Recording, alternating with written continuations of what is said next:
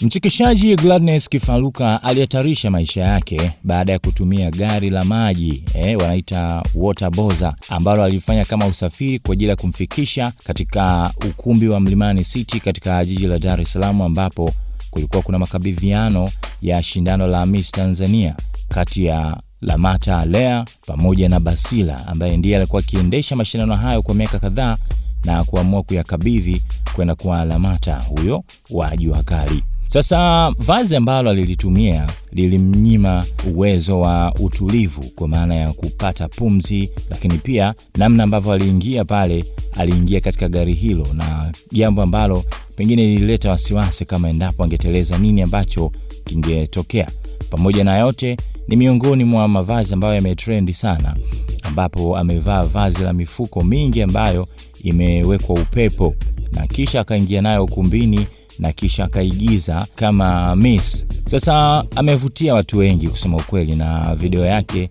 ama picha zake zina trendi sana katika mitandao mbalimbali ya kijamii kuhusiana na mtindo ambao yeye aliamua kuingia nao.